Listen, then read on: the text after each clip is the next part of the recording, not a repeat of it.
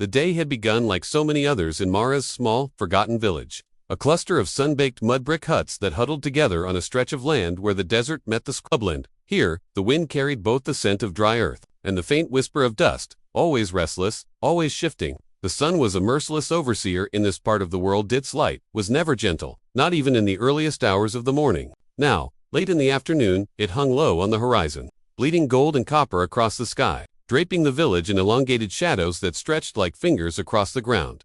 The air shimmered faintly in the heat, even though the worst of the day's burning hours had passed. Flies moved lazily through the air, and the distant bleating of a goat echoed somewhere between the huts. A rooster, scrawny and feather-bare in patches, strutted in a narrow lane, pecking half-heartedly at the dust for anything edible. The elders sat in the shade of doorways, speaking in hushed tones, their eyes heavy with the weight of years and hardship. There was no breeze, only the slow, oppressive stillness that seemed to settle over the land during the late hours, as if even the earth was holding its breath. Mara, barefoot and slight, moved through this quiet world with a pace that was neither hurried nor slow, simply steady, the way a child moves when she has been given a task important enough to require focus. She was no older than 8, but the sun had already left its mark on her skin, deepening it to the warm brown of desert clay. Her limbs were thin, her elbows and knees dust-streaked, and her long dark hair was braided loosely, strands escaping. To cling to her damp forehead, clutched tightly in her small hands, was a folded scrap of cloth, coarse, worn, and frayed at the edges. Inside it lay a single piece of bread, round and flat, barely thicker than her fingers. It was not fresh. It had been baked earlier in the day when the family's clay oven still held the heat from the morning fire. The bread was all her family had left until her father returned from his week-long trip to the far grazing fields. Her mother had told her to guard it carefully, for it would serve as their evening meal once the water was fetched and the lentils were boiled into a thin stew. Could still hear her mother's voice from earlier, stern but gentle. "Don't drop it, Mara, and don't eat it. This is for all of us." Mara had nodded solemnly, for she understood hunger in a way that only a child growing up in scarcity could. Hunger was not a distant, abstract thing, it was the dull ache in her stomach at night. The way her brother sometimes woke crying in the darkness, and the silent exchanges between her parents when the food ran out before the week was over. The path to the river was familiar, worn into the earth by the feet of generations. It curved gently past the edge of the huts, then dipped down toward the lowlands, where the thin ribbon of water cut through the land. In the dry season, the river shrank into a series of shallow pools.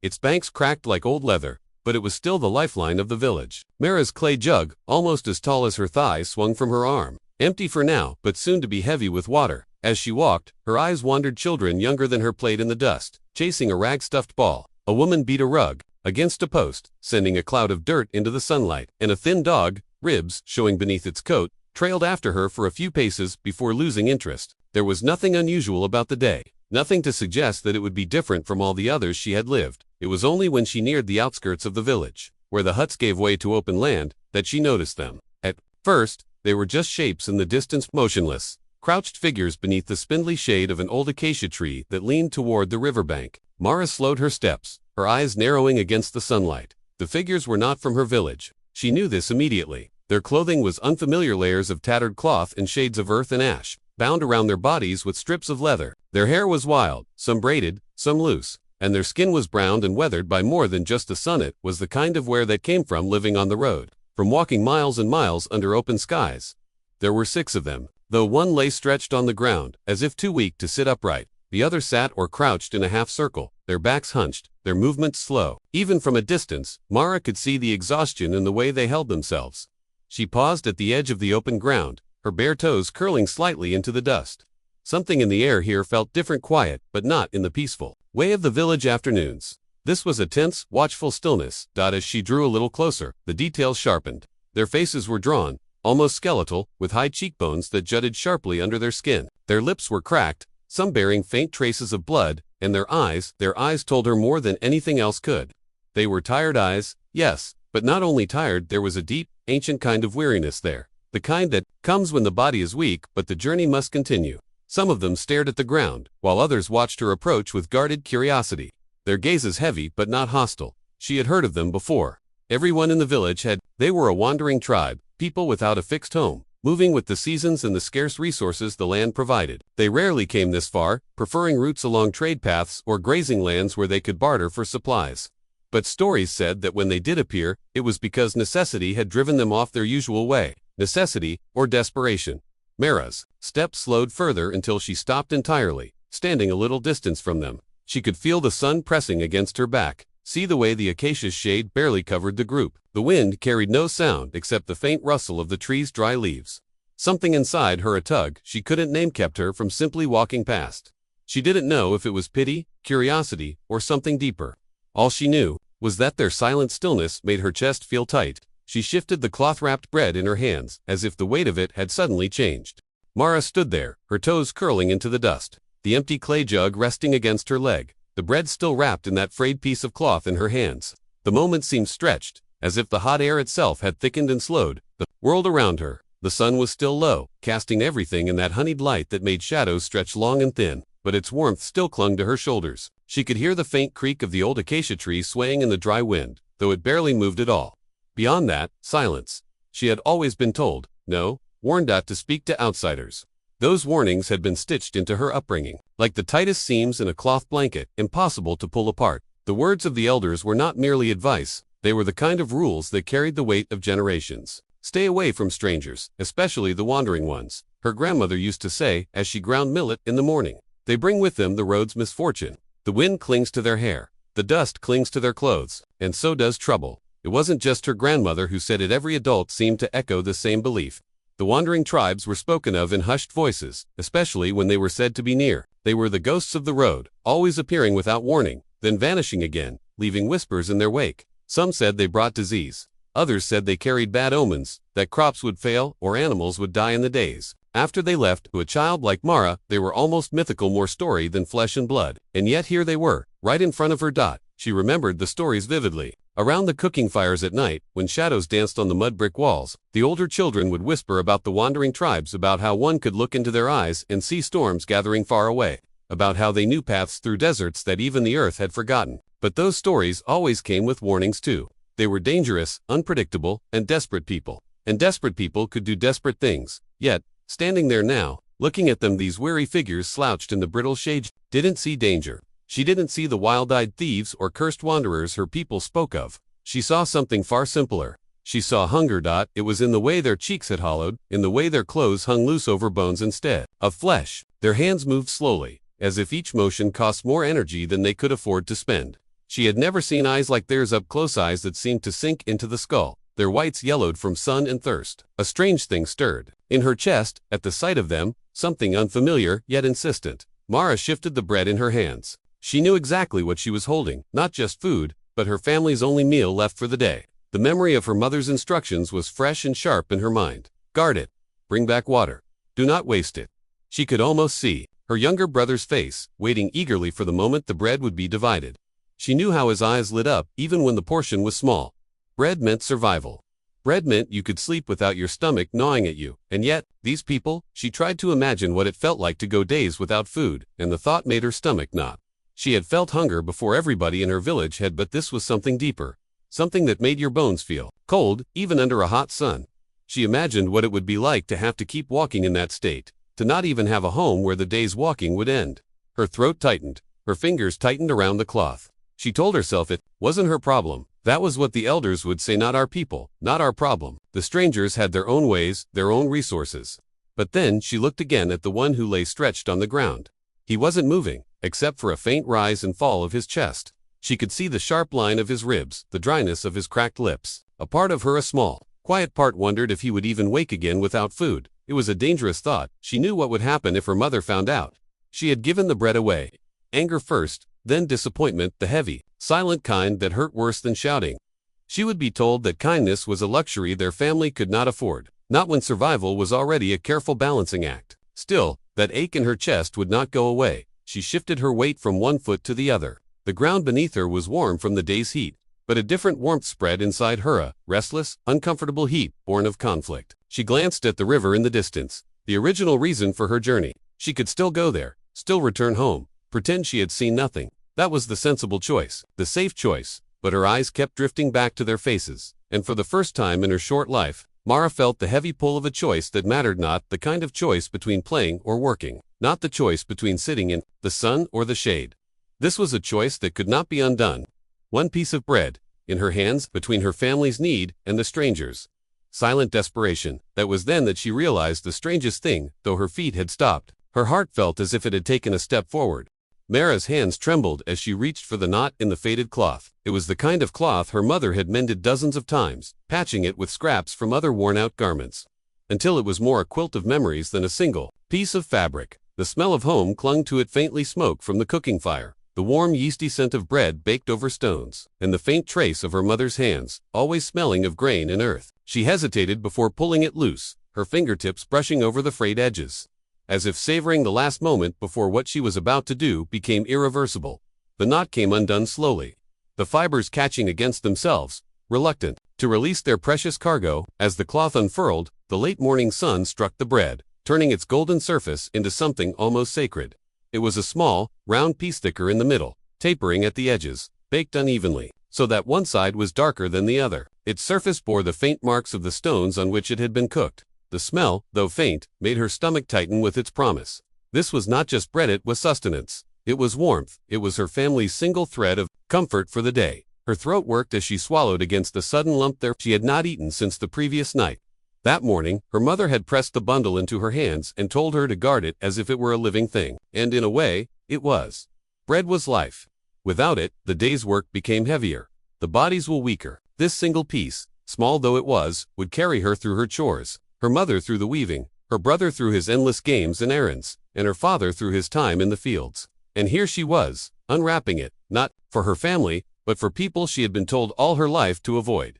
The voices of the elders came back to her, as sharp as the wind on winter nights. They are not of us. They are the road's children. The road does not care who it takes. Those words had always been final, unquestionable. The way the horizon was final, you could walk toward it forever, but you would never change its shape. To give them something was to court misfortune. And yet, as the bread lay bare in her hands, it was not curses she saw in the faces before her, it was hunger.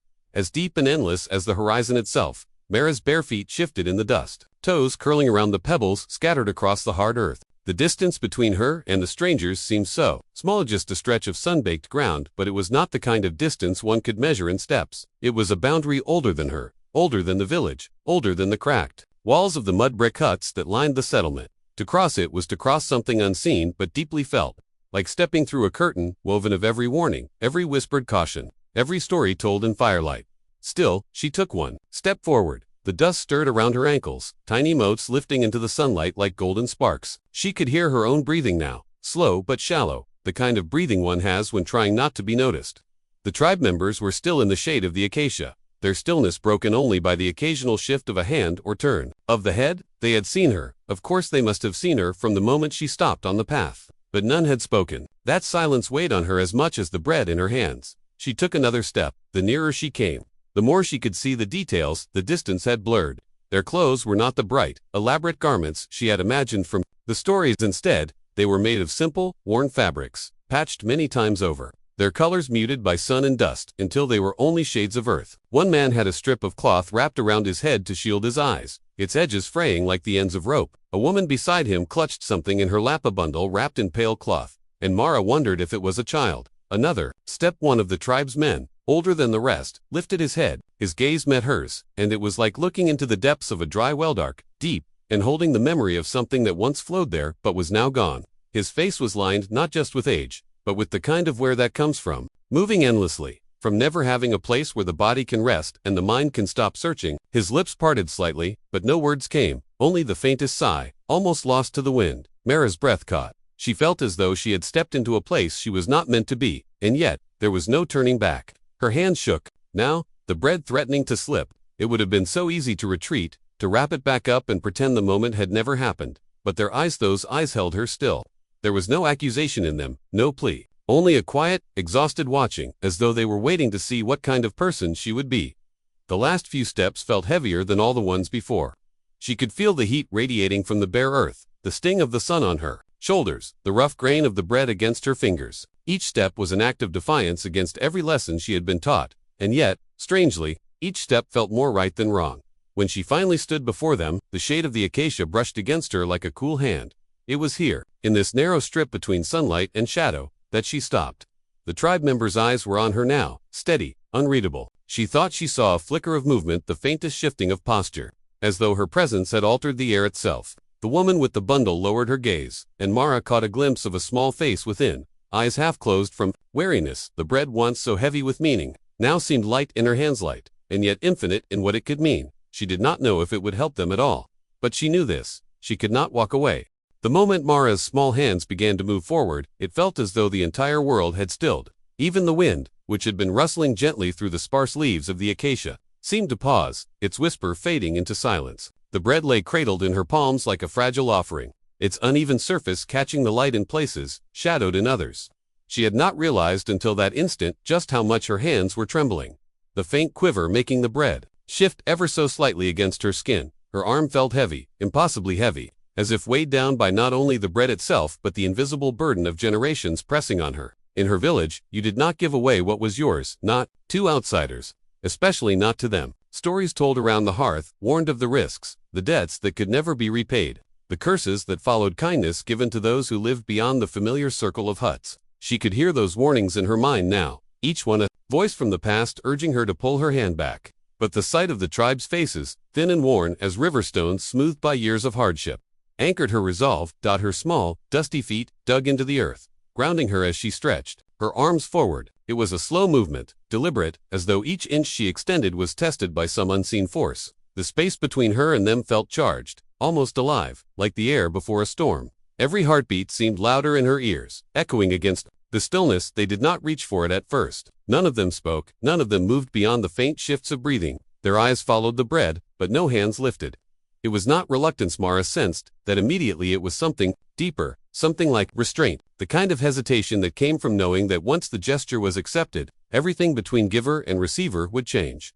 The elder sat slightly apart from the others, though not out of exclusion. There was an air about him, in the way his shoulders curved under an invisible weight, something in the lines carved deep into his face that marked him as the one they all deferred to. His hair, long and streaked with the white of many seasons, was tied loosely at the nape of his neck. A strip of sun-faded cloth was knotted around his brow, shielding his eyes from the glare. Though Mara could see them now, fixed on her with an intensity that was neither hostile nor pleading, but searching. The bread trembled in the small space between them. She wondered if he could see her pulse through the thin skin of her wrist, if he could sense her uncertainty. A breath of wind returned, brushing a stray strand of her hair across her cheek. The acacia's leaves swayed, sending tiny dappled shadows dancing across the bread. That was when the elder moved. It was not quick, there was nothing hurried about him.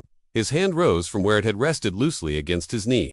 The movement slow and measured, as though each second was given its full due. His arm extended toward hers, the sleeve of his worn tunic slipping back enough for her to see the sinew and bone beneath the tanned skin. When his fingers finally brushed hers, the sensation was startling, not because of the contact itself, but because of the warmth. She had expected his touch to be cool, like stone in the shade, but instead, it was warm, alive with the quiet pulse of blood beneath calloused skin. His fingers were rough, the kind of roughness born not from laziness or neglect, but from real work, the sort that carves its history into the flesh. The ridges of old scars caught faintly against her own skin, whispering of roads walked and burdens carried long before she was even born. He did not seize the bread. He allowed the contact to linger, as if acknowledging her courage before accepting what she offered. His eyes, in that moment, softened not entirely, but enough for her to catch a flicker of something human and deeply felt. Gratitude, perhaps, or maybe recognition. The silent acknowledgement that this act, small as it was, carried the weight of defying every rule she had been taught. When his hand finally closed over the bread, it was with a gentleness that surprised her. He cupped it as though it were fragile, as though the bread was not just food but a token of something far more valuable. Their fingers overlapped for the briefest moment, and she felt, in that crossing of touch, a wordless understanding pass between them. Then, slowly, deliberately, he drew it toward himself. The air seemed to shift around them, as though the moment had bent time. Mara's arm dropped back to her side, suddenly lighter and heavier all at once. She did not know if what she felt was relief, fear, or some mixture of both. The elder held the bread in both hands now, his gaze still fixed on her for a heartbeat, longer before he lowered it to look at what she had given, and for the first time since she had seen them under the tree, something almost like a breath of life moved through the tribe. It was not in words, they still said nothing, but in the way their shoulders eased, in the way their eyes shifted from guarded to quietly watchful. Mara realized then that she had not just given away the last of her family's food for the day. She had stepped into a story far older than she could understand, one that had been waiting for someone to cross the invisible line and place anything into the hands of those on the other side. The elder sat for a moment, holding the bread as though weighing its worth against the hundreds of meals that had never come, the many nights his people had gone hungry under an open sky. His hands turned it slightly, and for a fleeting instant, Mara caught the faintest crackle of the crust as it shifted under his fingers. To her, it was just a small piece of bread. To him, perhaps, it was something else entirely, a sign, a message from the land. A reminder that the world still had corners where kindness could grow. He drew a slow breath and looked to the children. Clustered near him, they were thin as saplings, their skin drawn tight over fragile bones. Dust clung to their cheeks and hair, and their eyes, large, unblinking, held both the curiosity of youth and the weariness of those who had already seen too much. A few of them sat cross-legged, their knees knocking faintly as they leaned forward, watching his every move. Others stood a little further back, as though unsure if they had the right to approach. The elder's gaze softened it with pity, but with a tenderness worn smooth by many years of protecting those smaller than himself. He shifted the bread to one hand, and, with the other, began to break it apart. The sound was delicate yet final, a quiet snap as the crust gave way to the softer interior. A faint wisp of steam rose from the split, carrying the scent of baked grain into the hot, dry air.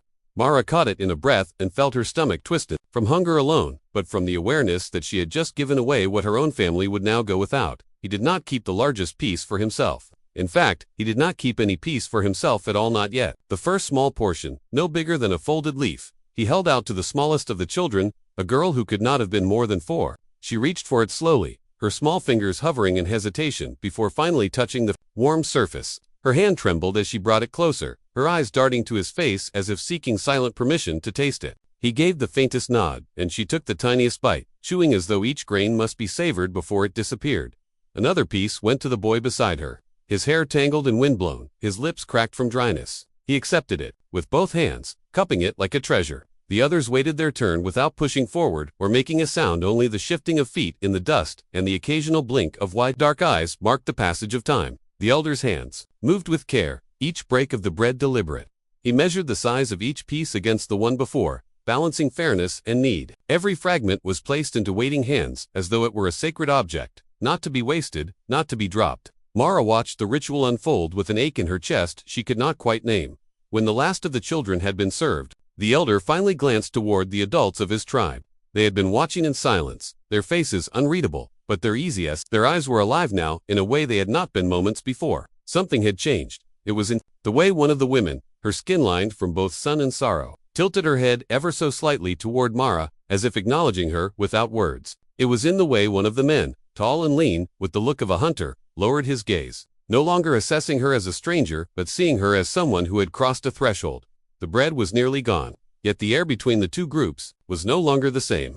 What had been a gulf, a silent, heavy space filled with the unspoken weight of history, now felt narrower, bridged by the simplest of offerings. Mara had not known it when she stepped forward, but the act of extending that bread had done something neither tribe nor village had attempted in years. It had opened a door. The elder did not speak, but he looked at Mara then long enough for her to feel the quiet force of his gaze. It was not a look of thanks in the way she understood it. It was deeper, heavier, almost as if he were telling her without words that she had just stepped into a bond that could not be broken. Behind her, the sun slid another degree toward the horizon, stretching their shadows long across the earth. The moment would pass, as all moments do, but the bridge it had built would stand, invisible yet unshakable, between her people and his. The years came like seasons, each one reshaping the edges of Mara's life, sanding away the sharp corners of youth and replacing them with the slow, enduring strength of experience.